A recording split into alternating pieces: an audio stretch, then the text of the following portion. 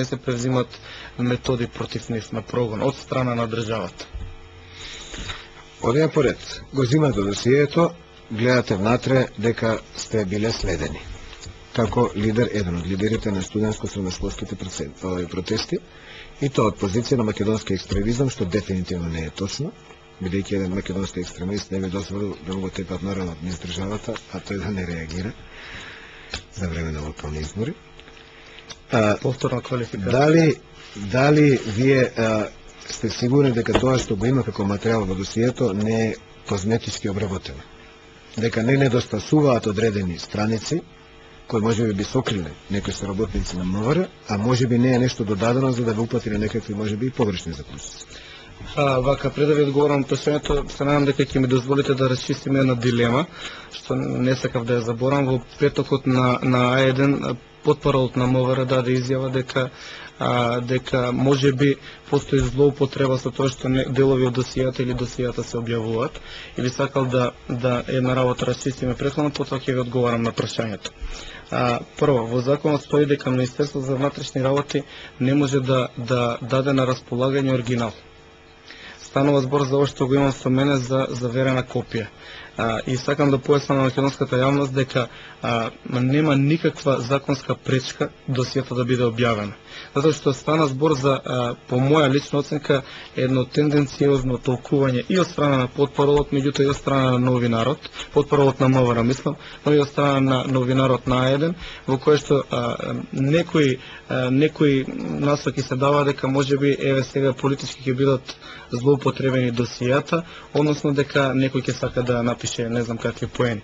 Морам да ви кажам дека законска пречка не постои и затоа ја мислев и стојам позади тоа се уште дека е исправен момент да се даде целото досие на достап на македонската јавност и мислам дека не е мој проблем и од тоа сакам да се оградам ако некој не го чита законот. Овој закон ние го донесовме како собрание и тој дозволува да биде на увид на македонската јавност, а мислам како тема за интерес дека треба да експлоатираме, затоа што со што поголемо експлоатирање најверојатно ќе успееме да ја затвориме. Во противно ќе оставаме незатворени прашања кои што Македонија ќе држат подалеку од демократски трендови. И тука ќе се оградам од она што го дадовте како коментар дека полесно е да се отворат досија него фабрики, затоа што во овој момент претпоставам дека добар дел од луѓето кои што биле тастери, популарно наречено на полицијата, се наоѓаат во една ситуација на несигурност и неспокој, затоа што такви тастери имало и во шаторот, имало покрај мене, веројатно долго време, а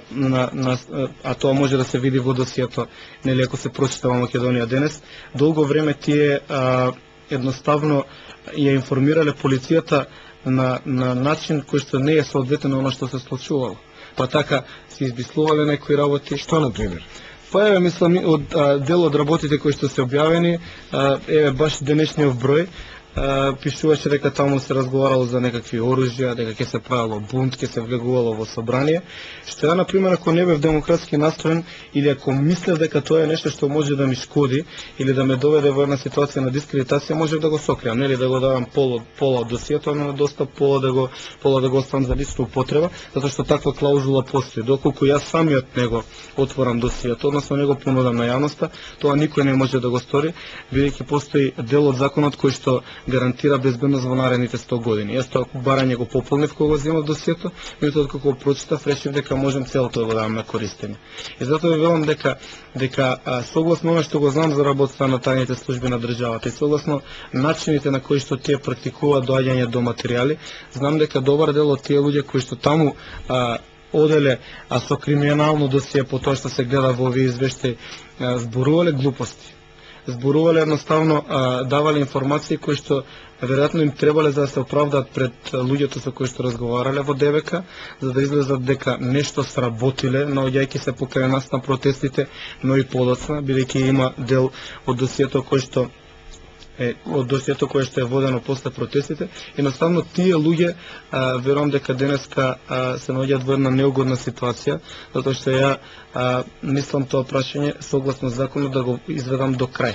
Затоа што во член 11 став 2 стои дека едноставно по посебно писмено барање на подносителот ќе бидам информиран за имињата на лицата доколку може да се утврди нивниот идентитет. Она што го видов во досието дефинитивно укажува дека нивниот идентитет може да се утврди и јас ќе до крај сакам да ги дознам, верувајќи дека со тоа нема да направам повреда на службите, затоа што добар дел од службите работат на тој принцип. Собираат не само во Македонија, секаде во светот, собираат податоци од лица со сомнително досие, меѓутоа криминално, а не идеолошко, кои што понатака може да бидат злоупотребени. Добре, дали вие може да тврдите дека немаше на студентските протести идеја за влегување насилно на собрание?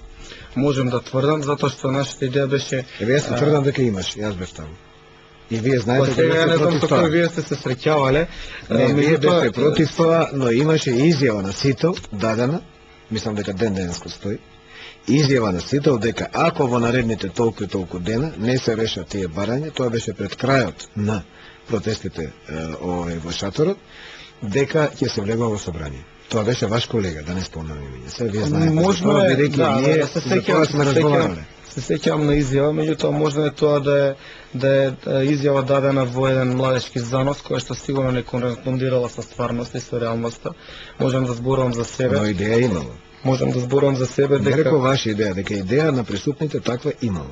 И тоа веќе не е политички криминал, секој насилно влегување во собрание се третира како... Може би можело и во таа насока да се разгледуваат работите, меѓутоа морам да ви кажам дека тоа не се идеи кои што би биле прифатливи на мене, или идеи за кои што ние многу јавно сме дискутирали, не сме ги споделувале.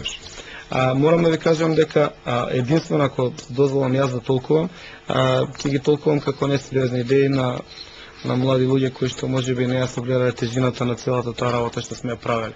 Морам да ви кажам дека гледано од денешна перспектива, сметам дека станува збор за еден исклучително сериозен чекор, потфат што го направивме, кој што добива историски димензии, протестите се уште се анализираат, се уште се повлекуваат димензиите и ефектите нивни што до ден денешен ги има Македонија, и мислам дека ова што го давам како досие да се објави може само да допринесе уште една страна да се од нив расветли, но сигурно дека треба да се земе со резерва, затоа што добар дел од тие работи кои што таму се дадени делуваат несериозно. Знаете, претпоставам дека еден од информаторите, за кој што мислам дека се сеќавам дека беше постојано покрај мене, сепак немал баш многу врска ни со протестите, немал баш многу врска ни со студии, него едноставно немал што да работи, па бил тука пратен од полицијата да даде некакви информации кои што веројатно кој одел во полицијата не знаејќи што да каже,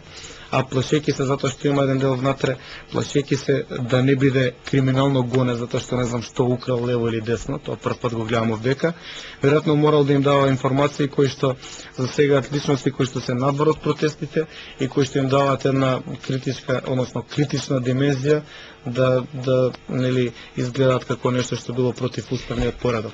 Таму немаше насилни действија од полицијата. Дали мислите дека доколку нема насилни действија од полицијата, некоја полиција во свет не би го направила истото? Говориме доколку нема насилни действија,